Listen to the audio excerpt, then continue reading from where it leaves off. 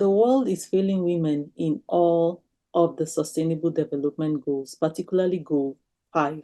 Progress on gender equality has stalled in most of the world. Now more than ever, there is a focus on societal norms, particularly those that negatively impact on women.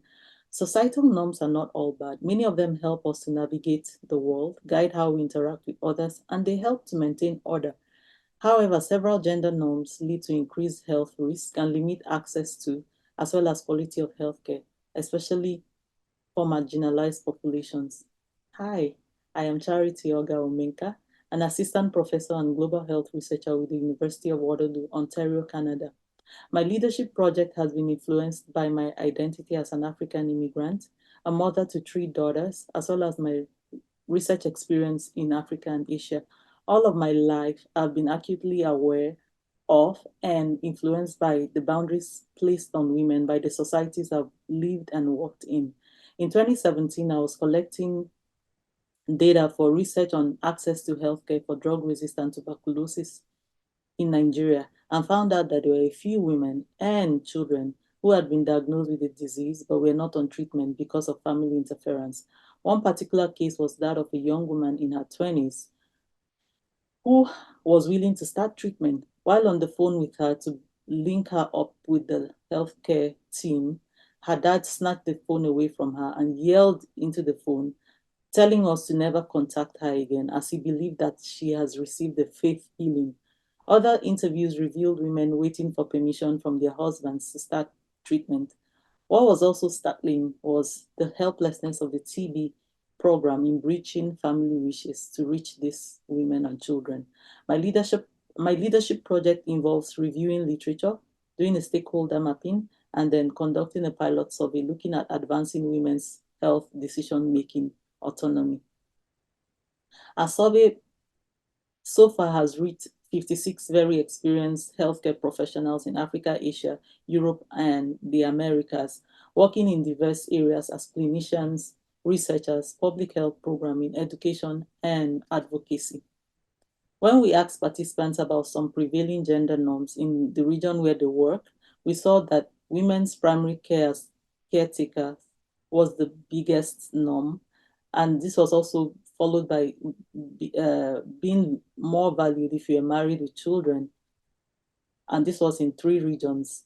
This is followed by restricted decision-making autonomy in two regions, and wife beating in one region. Africa had the most agreement with 5 out of 5 gender norms, and the Americas, the least agreement with only one gender norm. The biggest progress has been in education in all regions, followed by healthcare in 3 regions. And then the least progress has been in engaging women in political positions and in reducing gender-based violence. Europe has made the most progress, according to our participants, in the 5 areas that we asked, with Africa, Asia, and the Americas having progress in only 2 areas. In all regions, the biggest priorities for healthcare were giving women access to comprehensive health information, informed consent and decision making, and access to services for sexual, reproductive, and mental health. The major barriers that these healthcare workers identified were cultural norms, limited educational and economic opportunities, social expectations, stigma, and lack of supportive networks, and legislation. Preliminary results from our literature review show that there are several types of interventions, and they focus on gender equality, reducing violence, improving access to health and social services. These interventions are targeting cultural norms and basic rights and legislature.